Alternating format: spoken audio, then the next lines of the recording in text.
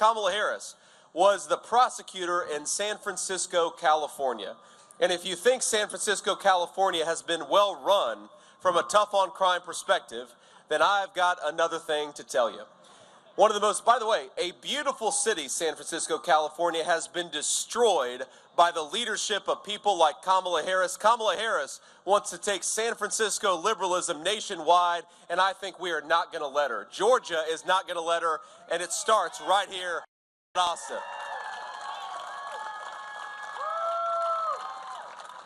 Now let's just run through the contrast a little bit, the difference between Kamala Harris's record on law enforcement and Donald Trump's record. Now Kamala Harris, she wanted to make sex crimes with minors a nonviolent offense, which means more of these sickos out on the streets of our country. Do we want that? Absolutely not. Kamala Harris wanted to defund the police. She said it on video. Do we want to defund the police? Kamala Harris wants to make it easier for soft-on-crime prosecutors to go after our law enforcement. Do we want that? So do we want Kamala Harris as the prosecutor-in-chief of this country? No, we want Donald J. Trump, and that's exactly what we're going to do.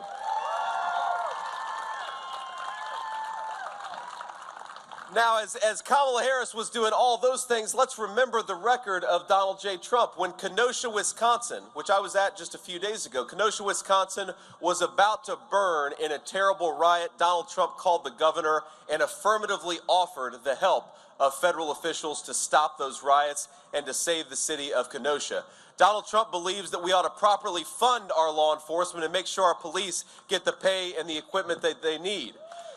Donald Trump believes that we ought to stop these soft-on-crime prosecutors. If the police bring in a bad guy, the prosecutors ought to throw him behind bars and keep him there. And most importantly, Donald Trump believes that we ought to make our law enforcement lives easier by closing down that southern border and getting the drug cartels out of our communities. Now, I have to say that Kamala Harris, given that she's so into soft-on-crime policy, she did select a good running mate in Tim Walz. They make quite a dynamic duo. If you remember the riots of summer of 2020 when $13 billion of damage was done to the city of Minneapolis, Tim Walz was the governor of Minnesota, and Tim Walz did everything he could to let those rioters burn down the biggest city in his state. And then Kamala Harris did everything she could to bail out the rioters out of prison, right? What a dynamic duo they make. A dynamic duo for people who don't like law enforcement, a dynamic duo for people who want to make our streets less safe.